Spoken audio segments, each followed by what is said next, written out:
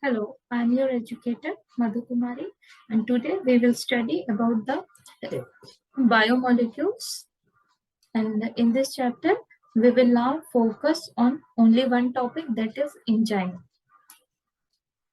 So, first question that arises here is, what is enzyme? So, enzymes are basically a biocatalyst or biocatalyst.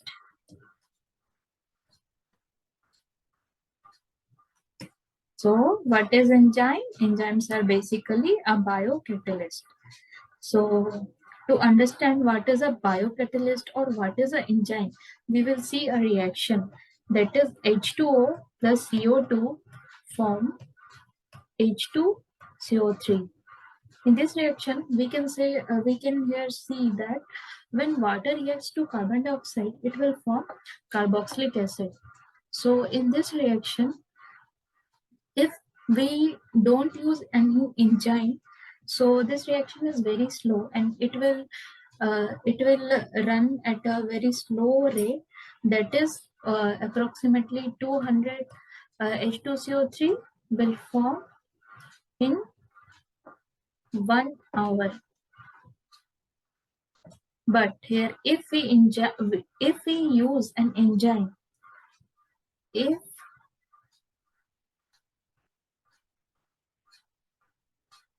if we use an enzyme,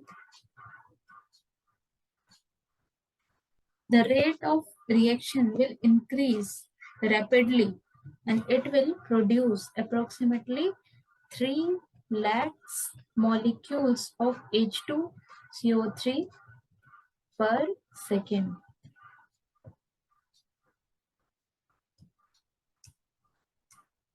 So this is without enzyme,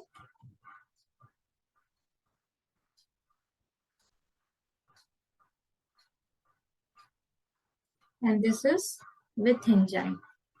So if we compare both of these value, here 200 in 1 hour and 3 lakhs in 1 second. So there is a huge difference between these two values. So here we can see that an enzymes can increase rate of reaction very rapidly. The rate of reaction will increase 10 millions times the rate of reaction will increase.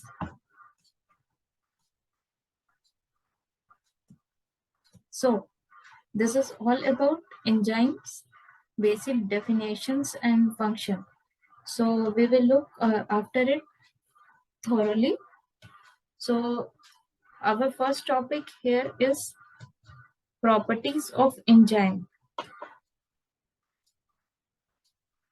Our first topic is properties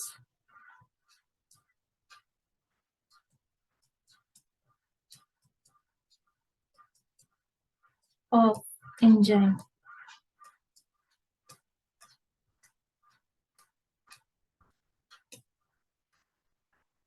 So what are the basic properties of enzymes we will study in this topic? One of the most important property of enzyme is that it is proteinaceous in nature.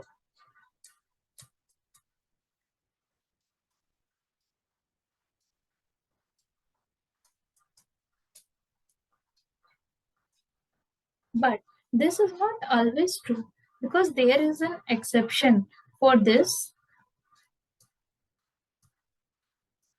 That exception is ribozyme.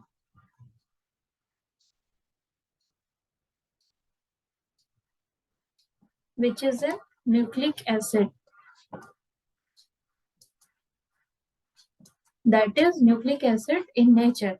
So this is all about the first property of enzyme, that it is a proteinaceous in nature. Second property of enzyme is that it is normally having a tertiary structure. So it is having a tertiary structure of protein.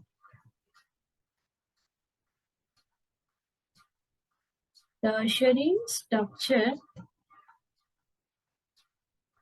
of protein in most of the cases, mostly.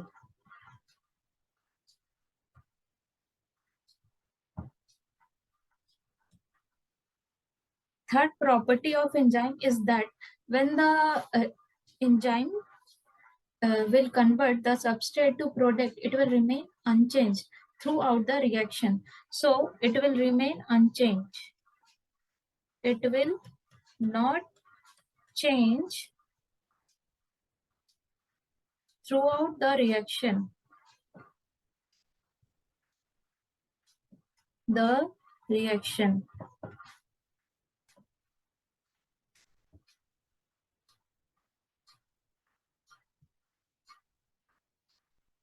This is the third property. Now we will look for the fourth property. So the fourth property of enzyme is that it is highly specific in nature. Specific in nature.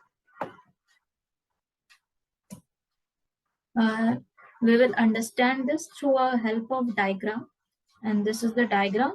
Like if we suppose this is an enzyme, so the substrate must be look like this. If the substrate look like this, like a circular shape, it will not fit to this enzyme. So this is not a proper substrate for this enzyme, and this is a proper substrate for this enzyme. So here we can see that enzymes are highly specific in nature, and each enzyme has its own substrate. The fifth property of enzyme is that it will helps to increase the rate of reaction by lowering its activation energy. So it will lowers the activation energy of reaction. Energy of reaction. Sixth property of enzyme is that it is different from an inorganic catalyst because it is having a specific range of temperature and pressure. It will work. The inorganic catalyst can work over a huge range of temperature and pressure. But here, the biocatalyst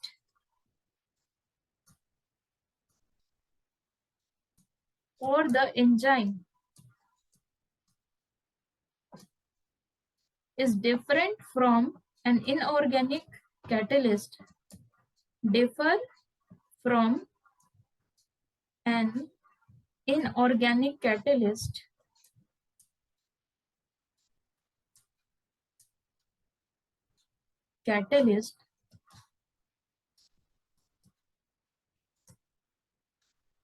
due to having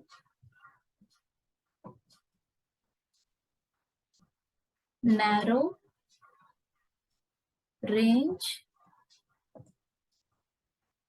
of temperature and pressure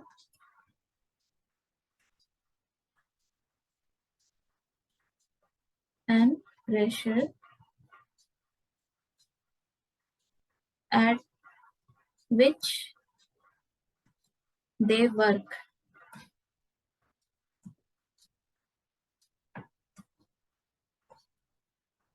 Most of the enzymes cannot work at a temperature more than 40 degrees Celsius. So most of the enzyme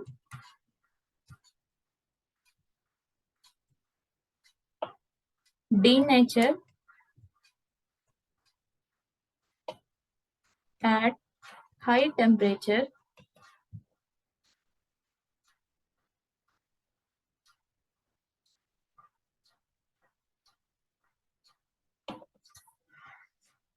and at lower temperature it will remain inactive.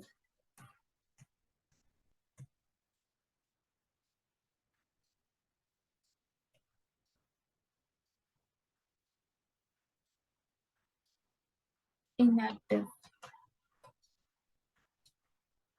Generally, at a temperature above 40 degrees Celsius, the enzymes cannot work.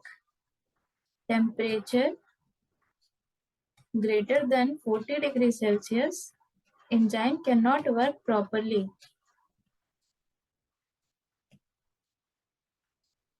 Can't work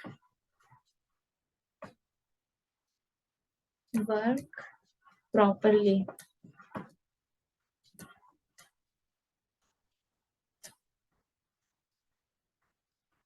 But here there is an exception. This exception is the thermophilic bacteria. Exception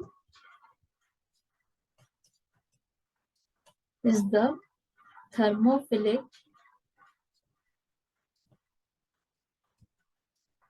bacteria.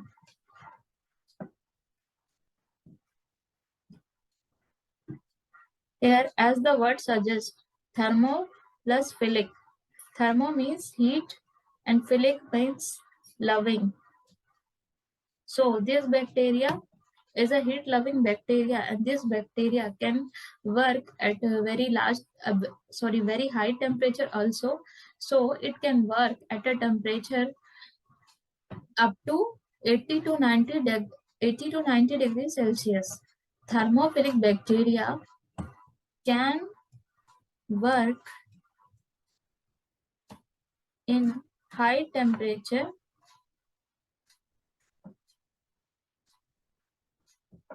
that is up to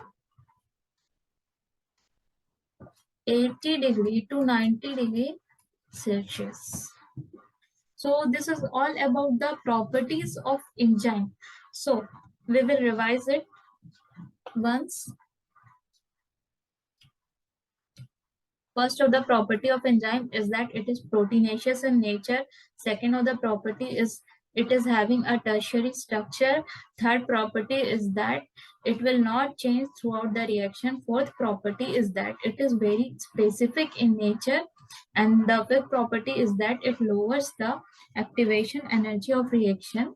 Sixth property is that it is different from a inorganic catalyst due to having narrow range of temperature and pressure at which they work.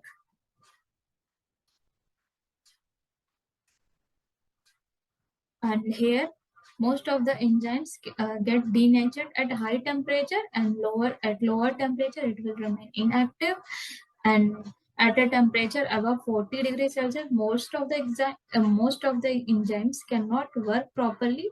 And this fact is having one exception, and that exception is a thermophilic bacteria, that is a heat-loving bacteria which can work properly up to a very high temperature range of up to 80 degree to 90 degrees Celsius.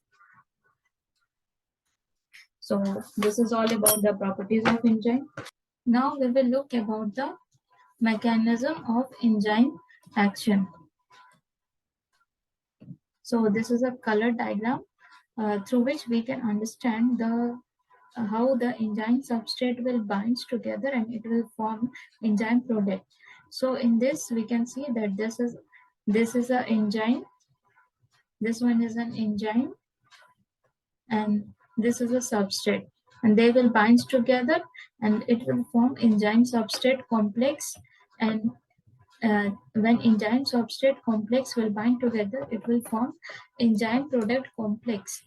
And when enzyme product complex form, it will immediately change to enzyme plus product. So this is all about the mechanism of enzyme action. And now we will look about the graph. So here, this is the graph.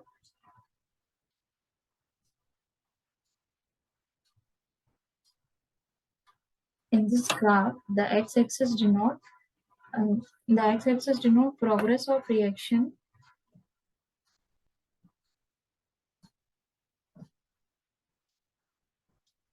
The y-axis denotes the potential energy of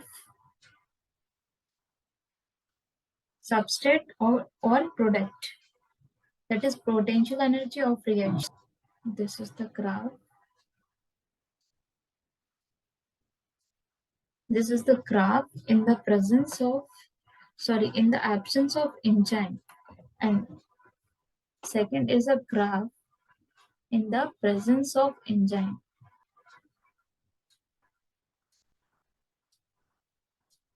This one is the graph where enzyme is present.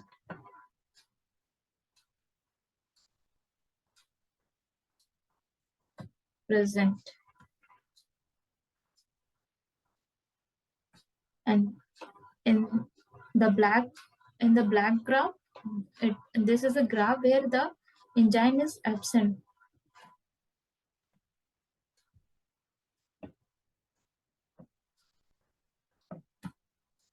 So in this graph we can see that this is the substrate energy, this one is the substrate energy,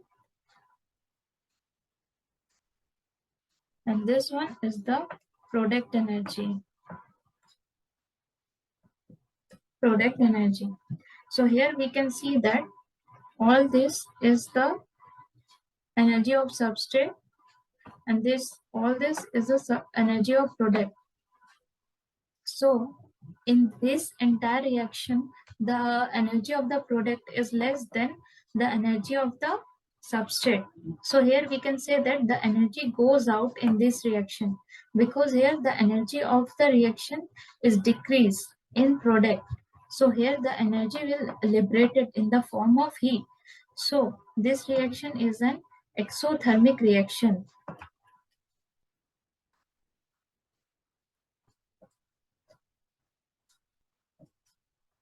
It is a exothermic reaction. But if in the second case the energy of the product is greater than the energy of the substrate, like in this graph, here the energy of the product is greater than the energy of substrate. So this kind of reaction is called as endothermic reaction.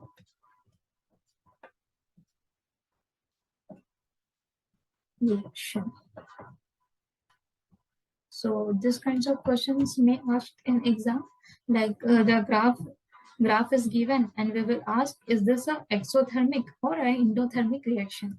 So now you all understand how to solve this kind of questions. Now we will look further. There are various factors which determines the activity of enzymes, out of which number one is the temperature.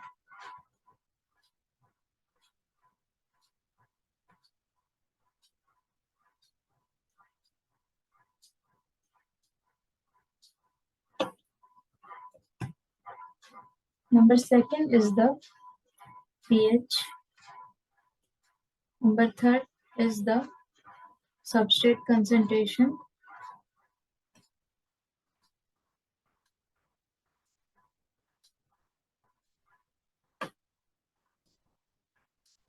Number four is the inhibitors, or the chemical that inhibits the enzyme activity.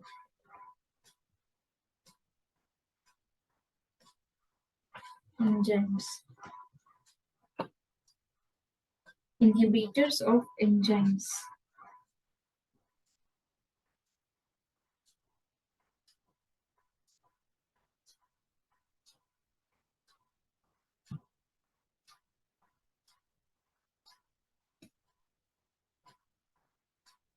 First of all, we will look about how the temperature will determine the enzyme activity, like how the temperature change will affect the activity of enzyme. So we can understand this through a graph. This is a graph for temperature.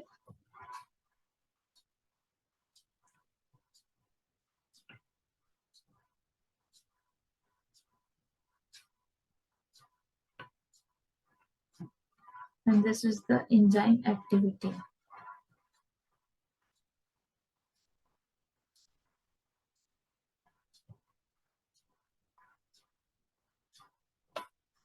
So we get here this kind of graph. It will first increase and then it will decrease. And this is the optimum temperature for the enzyme.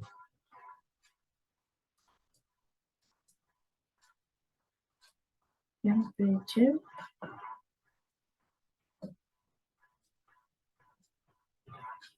of enzyme.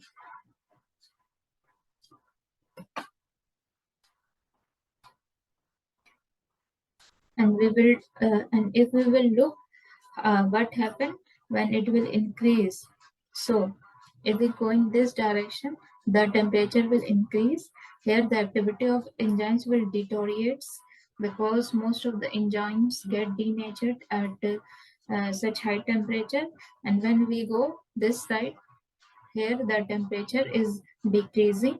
So in this also, in this side also, the enzymes will not work properly because in lower temperature also most of the enzymes get inactivated. So this is all about the temperature. So this is number one factor, and number two factor is the pH. So the pH and the temperature is having the same kind of graph. Here we can see that this is a pH graph. pH, enzyme activity,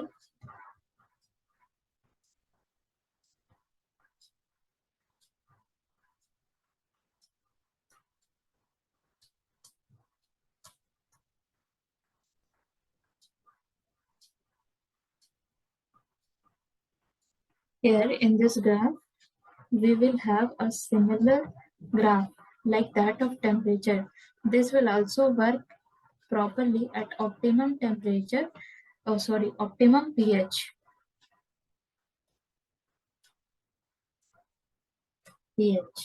And below that activity will decrease, and also above that also the activity of enzyme will decrease. So if we go in any direction from the mean position or the optimum pH, it will definitely get lowered.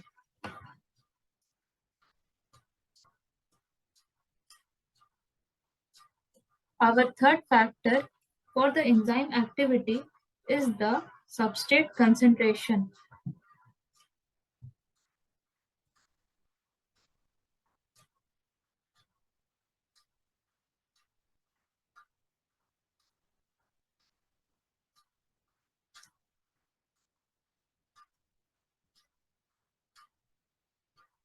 Substrate concentration. So here we can have a graph like this is the substrate concentration, and this is the activity of enzyme.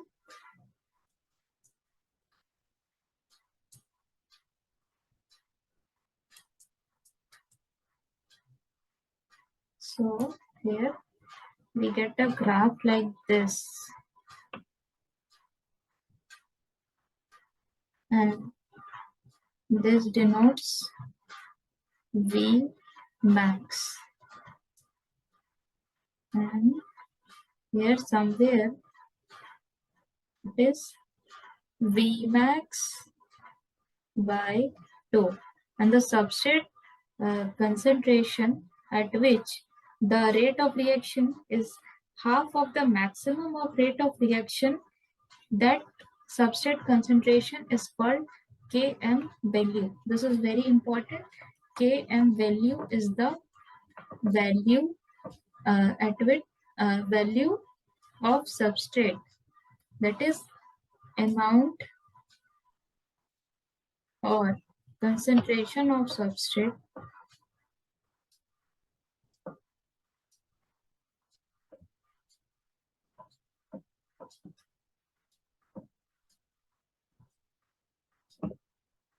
at which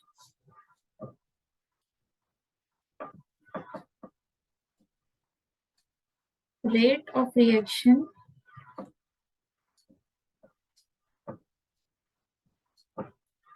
is half of Vmax, maximum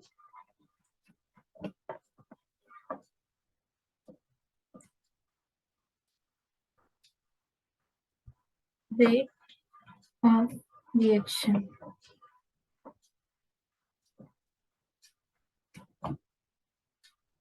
This is all about the substrate concentration. This is about pH.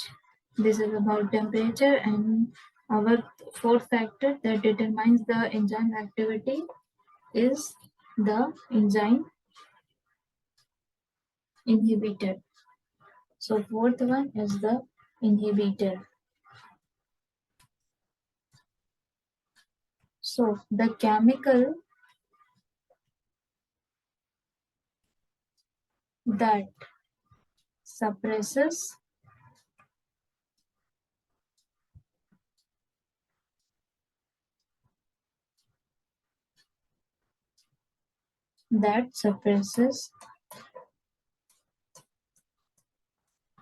enzyme activity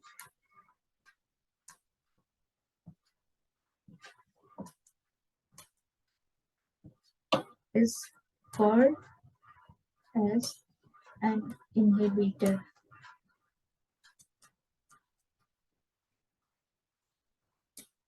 This can be competitive or non-competitive. Okay.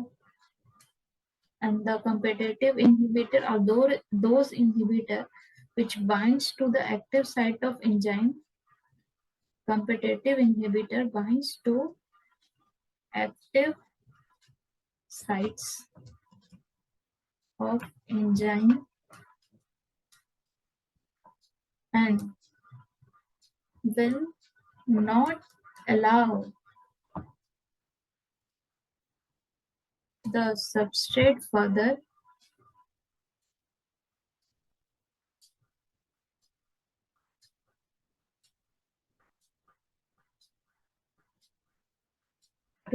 it will not allow the substrate to bind to it. So suppose this is an enzyme and this is a substrate. So if a molecule is having a similar shape, this is inhibitor. If this inhibitor will bind to this site of enzyme, this is a substrate.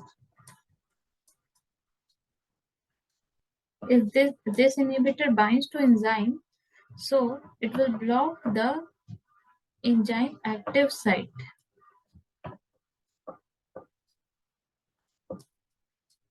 The active site of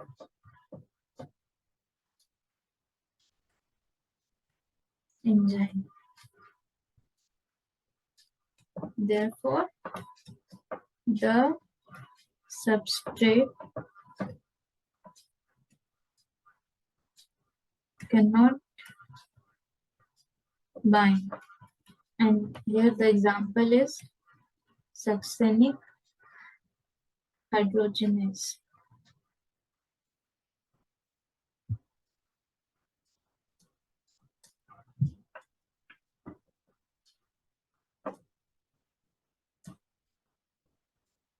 This enzyme is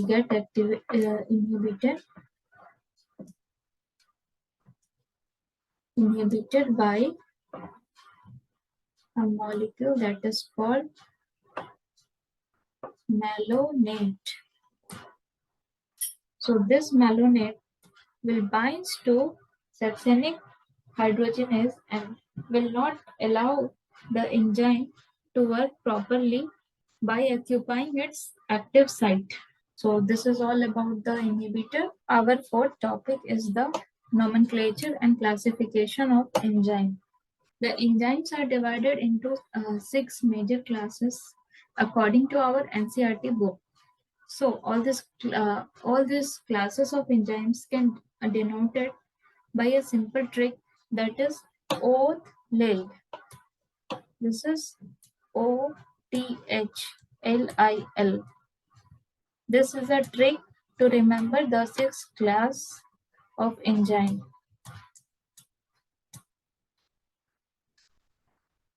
So we will look after them one by one. First one is oxidoreductase. Number 1, oxidoreductase.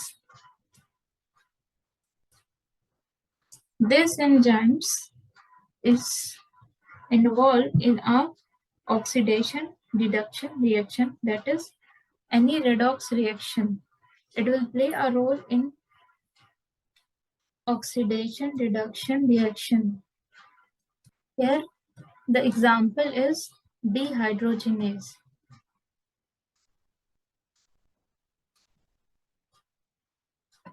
Here, as the name suggests, D plus hydrogenase. So here the hydrogen is removed by this enzyme. So when the hydrogen is removed, it is an oxidation reaction. So whenever there is a oxidation or a reduction reaction, this kind of reaction is controlled by the enzyme oxidoreductase. The second class of enzyme is transferase.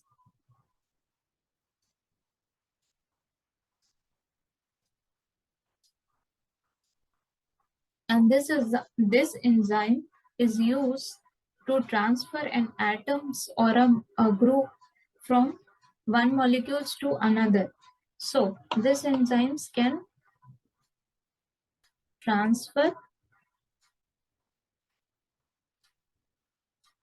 atom or molecule from one molecule to another.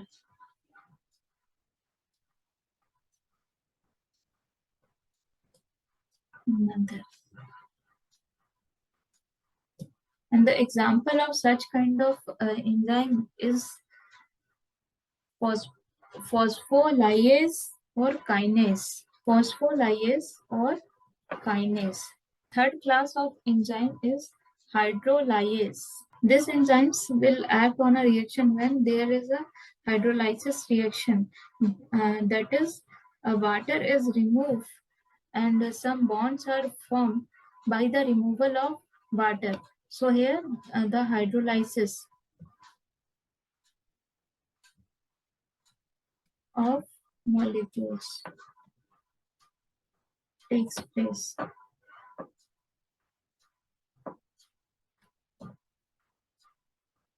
Example की बात करेंगे तो hydrolyse का first example है protease amylase and amylase. सो यहाँ पे hydrolyse में हमें क्या देखना है, जहाँ पे भी हाइड्रोलाइसिस हो रहा है मतलब वाटर की रिमूवल में जो कोई बॉन्ड बन रहा है, उस टाइप के बॉन्ड को बनने के लिए जो हेल्प करता है उन एंजाइम को कहा जाता है हाइड्रोलाइज. इसके बाद है fourth class of enzyme, that is lyase. This enzyme is responsible for removal of a group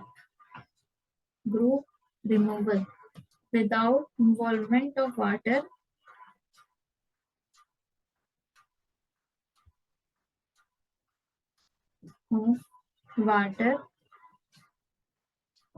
This group can break bond.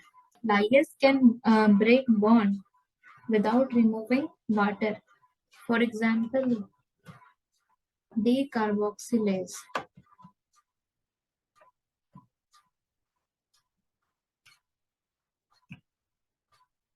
Fifth group is the isomerase.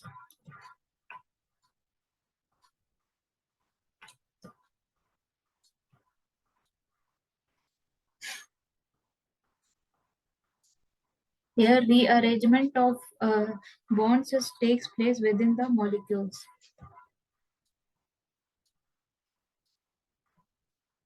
of bond takes place. Here the example is isomerase or mutase. Example, mutase or isomerase. And this enzyme is having the reaction that is called as isomerization reaction. The sixth class is the ligase. Ligase. This is ligase and this is ligase. So there is a slight difference in the pronunciation of these two classes. In ligase, there is formation of bond.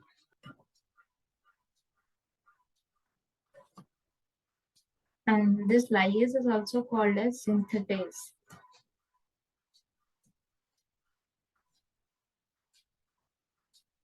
And here the example is citric acid synthetase.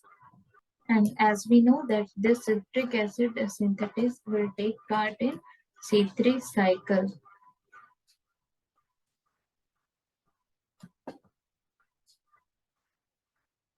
So now we will revise one after one. The first one is the oxidoreductase that will take part in oxidation reduction reaction. The second one is the transferase, and here the keyword is transfer. And so in this there is a transfer of atom or a molecule, atom or a group. Atom or group. There is a slight correction. Here it will be a group. Transfer of atom or group from one molecule to other. And the third one is the in hydrolysis there is breakage of bond. And here example is protease amylase, and fourth group is the ligase, and in this there is a group removal without involvement of water. And here example is decarboxylase, in which carbon dioxide is removed. In this enzyme, the CO2 will remove. Isomerase is the rearrangement of bond, that is isomerization reaction. And this is having example such as mutase isomerase, and then it is ligase. And the ligase is the formation of bond, and it is called as synthetase also. And the example here is citric acid synthetase. So the last topic of enzyme is the structure of enzyme or the chemical composition of enzyme. If we look after the chemical composition of enzymes, enzymes is normally made of protein, but it can have some non-proteinaceous part also. So due to this, we will classify the enzymes into two groups. That is a simple enzyme, and second one is the conjugated enzyme. Simple enzyme is only having a proteinaceous part.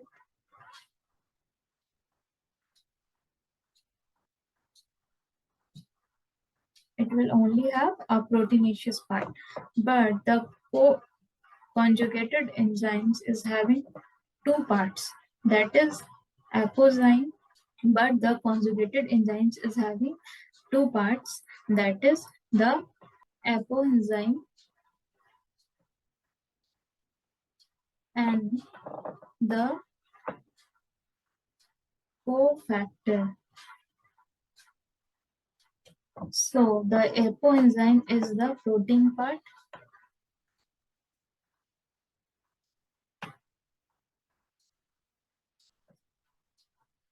apoenzyme is proteinaceous in nature, and the cofactor is the non-protein part.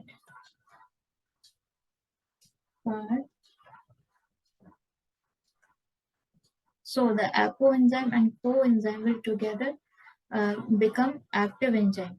And if the apoenzyme is present without cofactor, it will not work, and it will in inactive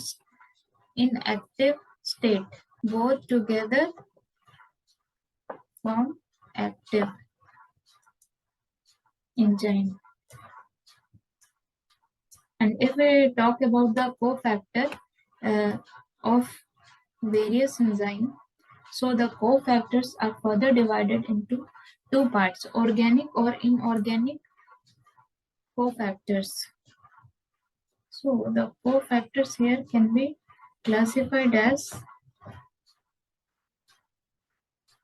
organic or inorganic. In the organic cofactor, it is divided into coenzyme and prosthetic group. And prosthetic group.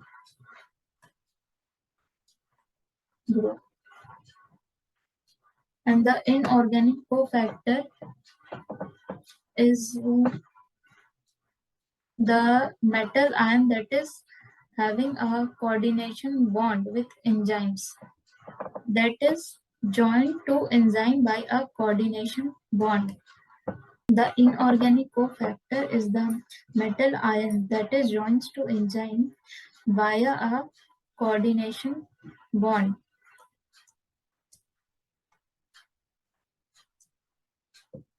Bond involved between metal ion such as Zn plus 2, Fe plus 2, or copper plus 2. Here the enzyme is carboxypeptidase. This carboxypeptidase can work only in the presence of Zn plus 2, and this Zn plus 2 is having a coordination bond with carboxylic peptidase.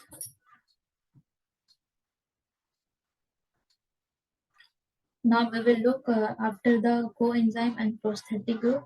Coenzyme is loosely bounded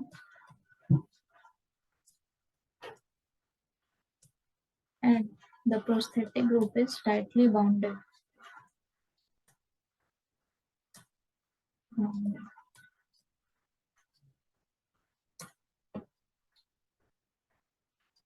If we talk about the coenzyme, the example here is the heme group for catalase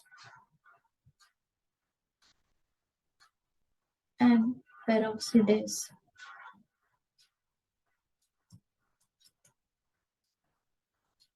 And in prosthetic group, the example is the NAD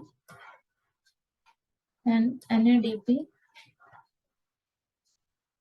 then niacin, vitamin.